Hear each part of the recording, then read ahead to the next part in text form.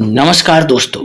होली का त्यौहार फाल्गुन पूर्णिमा को मनाया जाता है। इस वर्ष 7 मार्च को होलिका दहन होगा और 8 मार्च को रंगों की होली खेली जाएगी। जब भी रंगों के त्यौहार होली के धार्मिक महत्व की बात आती है तो सबसे पहले मन में भक्त प्रहलाद और उनकी बुआ होलिका का जिक्र किया जाता है।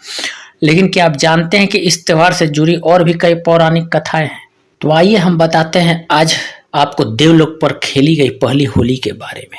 होली तब से खेली जा रही है। होली के त्योहार की पौराणिकता भगवान शंकर और भगवान विष्णु दोनों से जुड़ी है। हरिहर पुराण की कथा कहती है कि संसार की पहली होली देवाधिदेव महादेव ने खेली थी, जिसमें प्रेम के देवता कामदेव और उनकी पत्नी रति थी।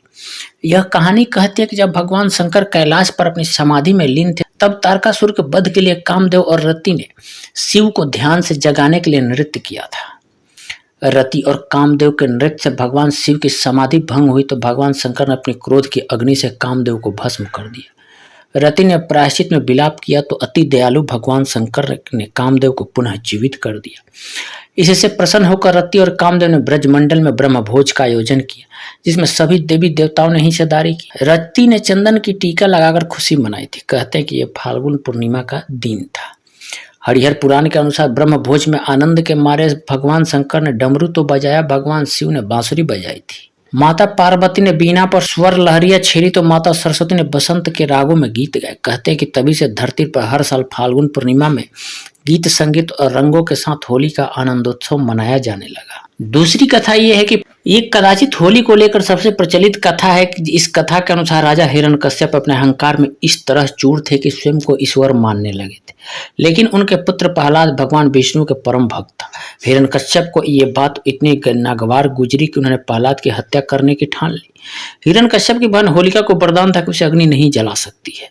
हिरण्यकश्यप के कहने पर प्रहलाद को लेकर होलिका अग्नि में बैठ जाती है, लेकिन भगवान विष्णु की कृपा से उनका पैर होलिका भस्म हो जाती है। ये घटना फाल्गुन पूर्णिमा के दिन हुई थी।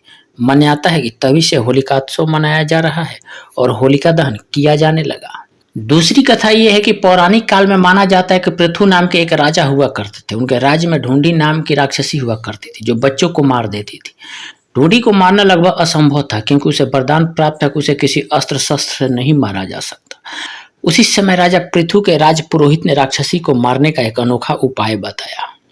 उपाय के अनुसार बच्चों ने फाल्गुन पूर्णिमा के दिन लकड़ियां एकत्रित कर उन्हें प्रज्वलित किया। राज पुरोहित के मुताबिक बच्चों को देखकर राक्षसी आएगी और बच्चों के हंसने, शोर, नगारों और हुरदंग की आवाज उनके लिए काल साबित होगी। ऐसा ही हुआ भी। होली के दिन इस योजना के अनुसार पृथु के राज को राक्षसी ढूंढी से मुक्ति मिली। तभी से फाल्गुन पूर्णिमा की ये रस्म निभाई जाती है। एक कहानी और है। कहा जाता है कि कंस ने बालक कृष्ण को मारने के लिए राक्षसी पुतना को भेजा। पुतना की योजना थी कि वह विष युक्त स्तनपान कराकर बाल कृष्ण को मार देगी, लेकिन लीलाधर की लीलाएं बाल रूप में ही आरंभ हो चुकी थी। बालक कृष्ण पूर्णतः सुरक्षित रहे और पुतना मृत्यु को प्राप्त हुई। ये दिन फाल्गुन पूर्णिमा का था। इसी दिन कृष्ण के बचने की खुशी में लोगों ने रंगों के साथ जश्न मनाया, जो एक परंपरा बन गया और उसी के दिन होली मनाई जाने लगी। क्या है होली का विधान और कैसे खेली जाती है? रंग या अबीर के खेलने के पूर्व उसको भगवान को जरूर समर्पित कर देना चाहिए। अपनी अपनी इच्छाओं के अनुसार अगर ऐसा कर सके तो सर्वोत्तम होगा। होलिका दहन से लाई गई राख से शिवलिंग का अभिषेक करना भी शुभ फल प्रदान करता है। इसके बाद आप किसी भी पसंदीदा रंग के साथ होली खेल सकते हैं। इससे लोगों के बीच प्रेम स्नेह बढ़ता है।